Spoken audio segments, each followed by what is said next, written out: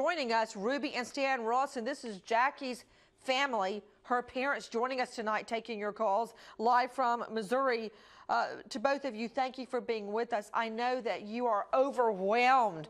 What can you do? Where can you go? Should you put up flyers? Should you be out walking the streets yourself? Tell me, how are the triplets? Her sister has the triplets tonight, right? Correct. How are they doing? Yes, she keeps them. They're doing really good. See, they've been living up here since March. Jackie had already moved up here because her job was going to be where she could work from home with the insurance company. So she had already moved up and moved in with her sister. And she had rented a home in Farmington. And like we said before, was getting bedrooms and bathroom painted for the kids the day that she disappeared. She was real anxious to get home to see what it looked like. Miss Rawson, I just hate what you're going through. Your daughter, she's just beautiful on the inside and out. And we have studied her and researched her. What a wonderful mother, holding her family together in the middle of all this marital strife, everything that she's been going through, finally gets the gumption, the courage to go ahead and divorce. And this happens, and I'm thinking about my own daughter, how you love them, you nurture them, you pour everything you've got into your children. Every dream of theirs becomes your dream. When they hurt, you hurt. When they cry, you cry. And to get her to this point where you think she's happy, she's got a job, she's got these beautiful children, she's got a husband, you think you've got her situated. I mean, I just want to live to get my children situated and happy and with a family of their own. And then this. Do the triplets understand what's going on, Miss Rawson? No, they just know that their mother's missing. They know that one morning they woke up and she went to work and she didn't come back home. Mm. Yeah, they come up with all kinds of scenarios between them. You know, they talk amongst themselves. They decided for a while that she went camping and just didn't make it back yet. They should be back before too long. Then they decided that her boss was keeping her overtime, but she would be home.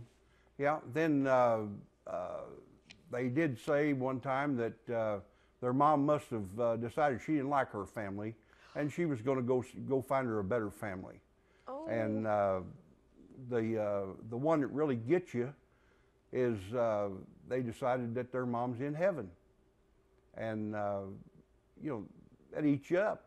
Cheryl says every night at bedtime they say their prayers to their mommy.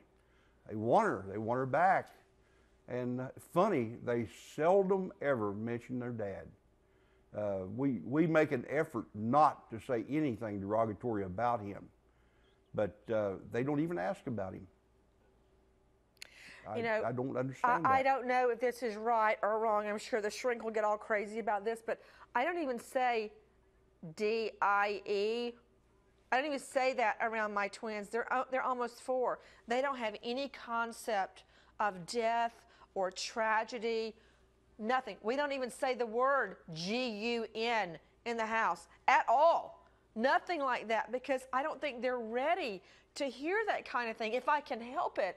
And now the triplets have to face this at age 5. They're only 1 year older than my little twins. I want to get back to the facts with you, Mr. Rawson. I don't understand him saying that she comes over. You think she's coming to pick up one of the children or all 3 of them. He says, no, that's not the case, that she leaves on foot. Why would she leave on foot and neighbors place her car right there outside of his house till 8:30? Then the car mysteriously ends up on the interstate with a flat tire. Hello? They can tell if the tire was slashed or not. Then contents of her pocketbook, her business card specifically, found strewn about 10 miles away. Her cell, her purse, her keys, all gone. And what do you make of that? What do you think happened, Stan Rawson? Well, Nancy, it's obvious to me. I don't understand his way of thinking. I wish I did. Maybe I'd know where she was. But she definitely went by to pick up Maddox, the boy. He was the only one that was there. And she had been lured there by Clay just for the purpose, I'm sure, of killing her. He told her, he says, you got 30 days to live. And that was just about 30 days before he killed her. And she told us. Now, you got to remember one thing. She never told me these things. She didn't tell her dad. I don't know whether she was trying to protect us or what. I think it's the abused woman syndrome. But I didn't find out about all this until, just a week maybe before she came up missing. Oh, and, no. I wanted to go down and straighten the situation out, as any father would. We could take her brother and a couple of others, and we discussed this with him. And she said, oh, no, Dad, don't do that. That'll only make it worse. She said, I can control him. And I said, Jackie, this is a dangerous game you're playing. She says, no, I can control him. I'll just buy him off. Well, she offered him $50,000 the minute the divorce was final, and she wanted nothing in the way of child support, nothing. She had a good job. She said, I'll take care of my kids. And as far as her wandering off after meeting with him, she was talking to a friend the minute she drove into the driveway. She says, according to the friend, who has no reason at all to lie about it, she says, oh, Clay's here already. I guess he has Maddox ready to go probably, and I'll pick him up, and I'll be home in about an hour and 15, 20 minutes. And she was excited about going to look at her new house. That's Mr. the Rawson, last anybody heard from her.